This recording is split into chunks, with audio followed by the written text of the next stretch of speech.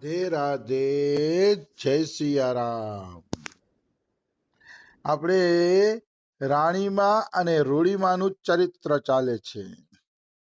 રાણીમાં અને રૂડીમાંના ચરિત્રમાં આપણે આગળ વધીએ તો રાણી વાંકાનેરના મંદિરમાં કોણ મહંત બનશે એ વિશે ઝઘડો ચાલી રહ્યો છે.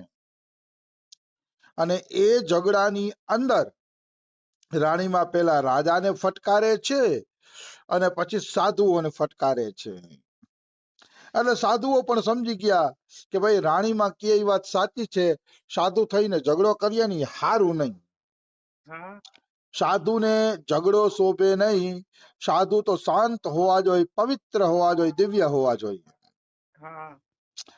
એટલે ઓલા મહંતજી કહે છે કાઠિયા બાબા કે રાણી તે તો અમારી આંખ ઉગાડી નાખી, તારી વાત બિલકુલ સાચી છે, સાધુએ ઝઘડો ન કરવો જોઈએ. એટલે અમે છે ને કે અમારો હક તો જાતો કરવા તૈયાર છીએ કે, પણ રાણી કે પણ શું છે, પણ કે આમાં સંતોની આબરૂ તો નહીં જાય ને, સંતોની શોભા તો નહીં જાય ને. કારણ કે અમે મહંત જો એને ન બનાવી કે તો સંતોની શોભા વહી જાય કે, તો કે સંતોની શોભા તો આમાં નહીં વહી જાય ને. ત્યારે રાણીમાં કહે છે શોભા જતી નથી પિતાજી, રહે છે. સાધુઓ ક્ષમાની મૂર્તિ હોય છે, તેમનું જીવન વિશ્વ માટે છે. જેને પોતાનું કાંઈ પણ ન હોય તે સાચો સાધુ છે. મતલબ રાણીમાં કે આમાં શોભા જાશે નહીં, પણ યુગો યુગો સુધી લોકો યાદ રાખશે કે સાધુ આવો ક્ષમાશીલ હોવો જોઈએ. ઝઘડો થયો તો રાજા સામે પણ નમતું આપી દીધું. તમારી શોભા તો રહેશે અને યુગો યુગો સુધી રહેશે કે તમે ચિંતા ના કરો, તમે નમતું આપી દો. રાજા જેને મહંત બનાવે ને બનાવવા દો. અને સાધુનું જીવન કોઈ લડાઈ માટે નથી, તો આખા વિશ્વના કલ્યાણ માટે છે. એટલે કે છે કે ભાઈ તમે નમી દો તો તમારી શોભા નહીં જાય, તમે ક્ષમા કરી દો. અને પછી રાણીમાં એક શ્લોક બોલે છે માનમ મોહમ વ્રથા વાચમ દંભસી પરિવર્જિયેત સર્વત્ર કુશલા રમ્યમ વૈષ્ણવ સંકીર્તિત. મતલબ જેમાં અહંકાર નથી, મોહ નથી, વ્યર્થ વચન નથી ને દંભ નથી, ઈ જ હાચો વૈષ્ણવ છે. બિલકુલ. વાહ. આ રાણીમાં આ શ્લોક બોલીને સમજાવે છે કે ભાઈ રાજા અહંકાર કરે તો હાલે, કારણ કે તો રજોગુણી હોય, એને પોતાનું કલ્યાણ નથી કરવું, કઈ કલ્યાણ નથી કરવું, કેવલ રાજ્ય કરવું છે. એટલે રાજા અહંકાર કરે, મોહ કરે, વ્યર્થ વચન બોલે તો ચાલે, પણ આપણે તો સાધુ કહેવાઈએ, આપણે તો હૃદયમાં હોય ને એ જ બારે હોવું જોઈએ. હૃદયમાં હોય જ બારે હોવું જોઈએ. આપણામાં આદત ચૂકું થાય સારું ના લાગે કે. એટલે આ જો 5 વસ્તુ છોડે ને એ સાધુ રાણીમાના મતે. અહંકાર, મોહ, વ્યર્થ વચન અને દંભ, આ 5 વસ્તુ સાધુની અંદર રહેવી જોઈએ નહીં. નારાયણ સ્વામીનો એક દોહો છે, નારાયણ સ્વામીનો દોહો બહુ સરસ છે, ભૂલાઈ ગયો મને. જગત પ્રીતિ બહુ બાત, નારાયણ હરિ ભજન में ये पांचों न सुहात. हाँ, विषय भोग निंद्रा हसी, जगत प्रीति बहु बात, नारायण हरि भजन में ये पांचों न सुहात. વિષય ભોગ છે, નિંદ્રા છે, હસી મજાક છે, આ બધું સાધુને શોભે નહીં. હસી મજાક એટલે લૌકિક હસી મજાક હો.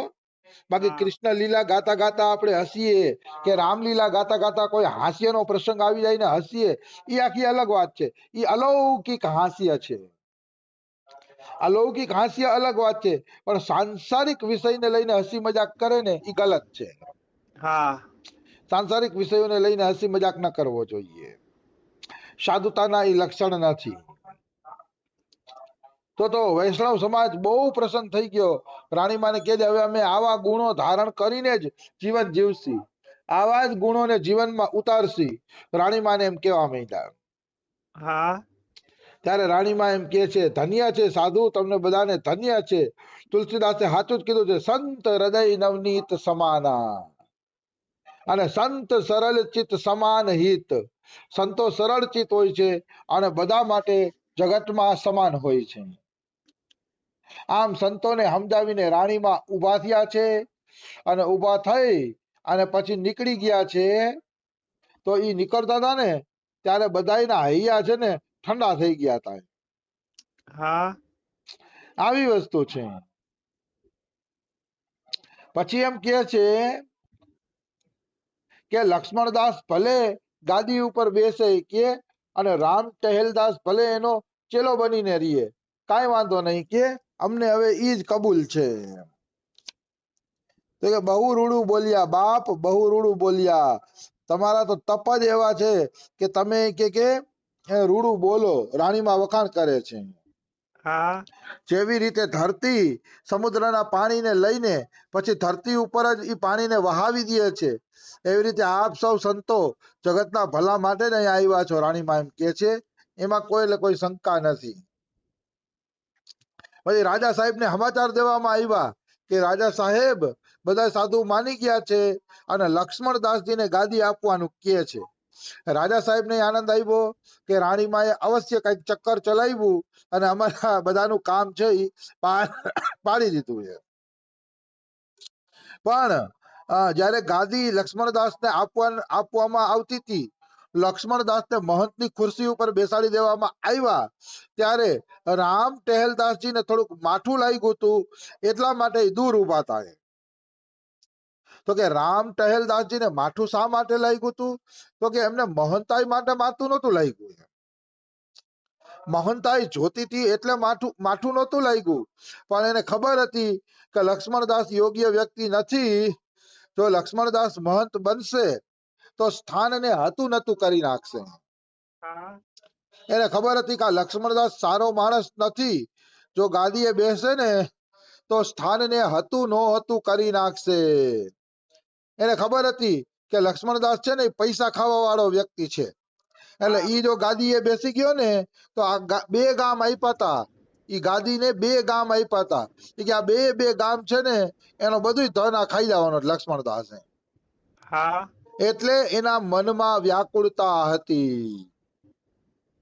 ભાઈ હાચા માણસને આગળ ન આવવું હોય, પણ હાચો માણસ એટલે કકડતો હોય કે આ ખોટો માણસ આવી જશે ને તો બધું બગાડી નાખશે, બિલકુલ બધું બગાડી નાખશે. એટલે હાચો માણસ કકડતો હોય છે, પણ તોય હું અહીંયા એક સલાહ જરૂર દઈશ કે ખોટો માણસ આવી જાય ને તો હાચા માણસ છે ને જીદ નહીં કરવાની. સહજ જો એ વસ્તુ મળે તો ભલે, નહીતર એને હટી જવું જોઈએ. કારણ કે ઈ જીદ કરીને લડાઈ કરે ને એવું કરે ને તો બે અસુર થઈ જાય. અને સાધુમાં કોઈ દી અસુરપણું આવવું જોઈએ નહીં. હા મારું આવું માનવું છે. સાધુમાં કોઈ દી અસુરપણું ન આવવું જોઈએ, જાતું કરી દેવું જોઈએ. હા નિશ્ચિત જાતું કરી દેવું જોઈએ સાધુ એ. ઈ સાધુતાના લક્ષણ છે. તો રામ ટહેલદાસજીને થોડુંક માઠું લાગ્યું હતું ને એટલે દૂર ઉભા હતા એ. તો રામ ટહેલદાસના આ ભાવ બાઈમાંથી અજાણ નહોતા, રાણીમાંથી અજાણ નહોતા. એટલે રાણીમાં રામ ટહેલદાસજી પાસે આવ્યા, આવીને કહે છે કે હું તમારી વેદના સમજુ છું મારા વીરા, મતલબ મારા ભાઈ, હું તમારી વેદના સમજુ છું. કહે તમને ગાદી ન મળી એની વેદના હું સમજુ છું. કહે લક્ષ્મણદાસ જગ્યાનો નાશ કરશે, પણ દેવળ વાળાને એમ જ ગમતું હશે. આપણે શું કરીએ, આ રાણીમાએ શરણાગતિ શીખાડી હા કે દેવળ વાળાને ભગવાનને પણ ઈ જ ગમતું હશે કે લક્ષ્મણદાસ જ મહંત થાય, તો દેવળ વાળાને ઈ ગમે છે, તો બધા આપણે શું કરીએ કે ભાઈ આપણાથી કઈ થઈ શકે એમ નથી. જેવી મારા ઠાકોરની મરજી, જેવી મારા ધણીની મરજી, ઈ જેમ કરે એમ થાશે. કીએ હોય ઈ સોઈ જો રામ રચી રાખા, કો કરી તર્ક બડાવે શાખા. હા તો કે ભગવાને જે રચી રાખ્યું છે એ જ થવાનું છે. એટલે હવે આપણે આમાં કે વીરા કઈ કરી શકીએ એમ નથી. જાતિ જોયા વગર ગમે તેને મૂંડવાના કપડા ફળો, સ્થાનોને ચાખવા જ પડશે. ઓહો, બહુ સરસ વાત કરી. રાણીમાની એક એક વાત અગત્યની છે. હા કે જાતિ જોયા વગર, પાત્ર જોયા વગર આપણે માથા મૂંડી દઈ છીએ ને, મતલબ સાદુડા બનાવી દઈ છીએ ને, એના ફળ આ સ્થાનને ચાખવા પડે છે. હા મતલબ ઘણા લોકો કહેતા હોય ને અમારા આશ્રમનો મહંત હારો નથી, પણ મહંત ક્યાંથી હારો હોય? હજી એમાં આસક્તિ ભરેલી છે, ભોગોની લાલસા ભરેલી છે, ત્યાં જ એનું માથું મૂંડી દે છે. હા ત્યાં જ એનું માથું મૂંડીને સાધુ બનાવી દે છે. તો એવો કાચો સાધુ તો પછી સ્થાનને બરબાદ જ કરવાનો છે ને. હા કાચા માથા નો મુંડો. કોઈ દી રાણીમાં અહીંયા ના પાડે છે કે જાતિ જોયા વગર, ભાવ જોયા વગર, વૈરાગ્ય જોયા વગર માથા નો મુંડો.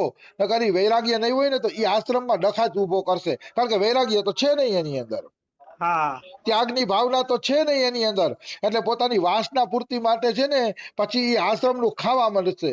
આશ્રમનું ખાશે એટલે આશ્રમનો તંત્ર બગડી જશે. હા બહુ સરસ રાણીમાં કહે છે માથાનો મુંડો. અત્યારે જે સંપ્રદાય જોઈને એક જ પ્રચારમાં પડ્યો છે કે અમારો સંપ્રદાય પહેલા નંબર ઉપર આવી જાય. હા તમામ સંપ્રદાય વાળા એક જ વાત, ભક્તો બનાવો, ભક્તો બનાવો. અરે ગમે એમ પૈસા આવવા જોઈએ ગુરુ પૂર્ણિમાના દિવસે. હા કોણ જાણે શું એવો ક્રેઝ નીકળી પડ્યો છે. અરે એક શિષ્યને દીક્ષા દેવી એટલે 10 વર્ષ વાટ જોવી પડે છે. 5 વર્ષ પછી ગુરુને એમ થાય કે આ બરોબર વ્યક્તિ છે, ત્યારે છે તેને દીક્ષા મળે છે. હા ત્યારે એમ થોડા કઈ માથા મુંડવાના હોય. અત્યારે તો કોઈ એમ કે અમારે દીક્ષા લેવી છે તો રાતોરાત કંઠી આપવા તૈયાર છે સાધુ લોકો. હા રાતોરાત કંઠી આપવા તૈયાર છે જોયા વગર. આવી વસ્તુ છે. તો મારો કહેવાનો ભાવ શું છે? મારો કહેવાનો ભાવ એ છે કે માથા એમને ન મુંડો. સાધુ સમાજને હવે સાવધાન થવાની જરૂર છે. ભલે તમે 10 જણાના માથા મુંડો આખી જિંદગીમાં, પણ 10 એવા વૈરાગી હોવા જોઈએ કે 10 ને જોઈને બીજાના હૈયા ઠરે, બીજાની સેવા થાય એવાના માથા મુંડો. હા પણ આમ આડેધડ માથાનો મુંડો, ફોન ઉપર દીક્ષા આપી દઈએ અને માઇક ઉપર દીક્ષા આપી દઈએ, હજારો હજારો ચેલા એક દીમાં બનાવી લઈએ. આ કોઈ દીક્ષા નથી અને આ કોઈ દીક્ષાની રીત નથી. એનાથી છે ને વ્યભિચારી સંતો ઉત્પન્ન થશે અને ઈ બધાય છે ને પછી ખોટો આવો ઢોંગ જ ફેલાવશે. એટલે રાણીમાં સાચું કહે છે કે આ સ્થાનને, વાંકાનેરના મંદિરને જે આ ફળ ભોગવવું પડે છે ને એ આ કાચાનું માથું મૂંડ્યું ને એના કારણે. હા કારણ કે ઓલો લક્ષ્મણદાસ છે ને રાજાની ચાપલુસી કરતો હતો. ચાપલુસી કરતો હતો એટલે રાજાનો પ્રેમ જીતી લીધો હતો, એટલે આવું થયું છે. હા આવી વસ્તુ છે. હજી તો હું કહે છે આજે તો વૈષ્ણવ સમાજનો મધ્યાહન છે. કાઠિયા બાબા જેવા ત્યાગી વીરની છત્ર છાયા છે, પણ આવતા સમયનો વિચાર કરતા હૈયું બેહી જાય છે. રાણીમાં એમ કહે છે કે હજી તો વૈષ્ણવોનો મધ્યાહન સમય છે. મધ્યાહન એટલે હજી તો હવાર જેવું છે. હજી તો કાઠિયા બાબા જેવા હાચા સાધુ છે ઈ કે, પણ આવતો સમય એવો કપરો આવશે રાણીમાં કે એ વિચારીને મારું હૈયું બેહી જાય છે. હા એવો કપરો સમય આવવાનો સાધુ માટે, રાણીમાં એમ કહે છે. તો જુઓ વાત સાચી જ છે રાણીમાની. અત્યારે પૈસા અને પ્રસિદ્ધિ માટેનો એવો રાફડો ફાટ્યો છે કે વાત ના પૂછો. રામદાસ કાઠિયા બાબા જેવા ત્યાગી સંતો હવે રહ્યા નથી, વિરક્ત સંતો રહ્યા નથી. અમારા બાબા જેવા કોક જ એવા છે કે જે વૈરાગ્યનું હરખી રીતે પાલન કરે છે, બાકી બધા વૈભવશાળી બની ગયા છે. હા મને અમુક સંતો એવું કહેતા, કોઈના નામ નહીં દઉં, અમુક સંતો એમ કહેતા કે જ્યારે હું એને પેલા મળવા જાતો ને કે ત્યારે સાધુ માટે એને મેં ખીચડી બનાવતા જોયા છે. હવે એ મોટા કથાકાર બની ગયા છે. કથાકાર બની ગયા છે એટલે એના રૂમમાં જાય ને તો બધી આલીશાન વ્યવસ્થા છે. હા આખા રૂમની અંદર સુંદર અને સરસ આલીશાન વ્યવસ્થા છે. એક દિવસ સાધુ માટે ખીચડી બનાવતા, બોલો એવી મહેનત કરતા, અને કથામાં પ્રખ્યાત થઈ ગયા તો હવે એના માટે આલીશાન ઉતારા હોય છે. હા આ શું છે? આ રાણીમાં કેમ કે હવે એવો સમય આવતો જાય છે કે સાધુ ઓનું હૈયું બળી જાય, વૈરાગ્ય ક્યાંય રહ્યો નથી, બધું બગડતું જાય છે. રાણીમાની ભવિષ્યવાણી સાચી છે, પણ રાણીમાં ભવિષ્યવાણી કરે ને શાસ્ત્રોમાં જ લખ્યું છે કે કલયુગમાં બધા આ રીતે બગડી જવાના છે. શાસ્ત્ર જ કહે છે. રાણીમાએ તો ખાલી શાસ્ત્રની વાતને રજૂ કરી છે, બાકી તો હા શાસ્ત્ર કહે છે બહુ ધામ સવાર હી જતી. રામાયણમાં તુલસીદાસે લખ્યું છે કે જતી છે ને, ધામ એટલે ઘરને બહુ સજાવશે, ઘરને બહુ શણગાવશે, એની અંદર હારી હારી વ્યવસ્થા કરશે. બહુ ધામ સવાર હી જતી, આવી વસ્તુ છે. તો આ બધું શાસ્ત્રોમાં લખ્યું છે, એ અત્યારે થાય છે, એ જોવામાં આવે છે. એ છે કળિયુગનો સમય. કળિયુગ હા છે એટલે આવું બધું થાય છે અને થતું રહેશે. તો સમય થઈ ગયો છે. બીજું રાણીમાનું ચરિત્ર આપણે કાલે લઈ લેશી. રાધે રાધે, જય સિયા રામ.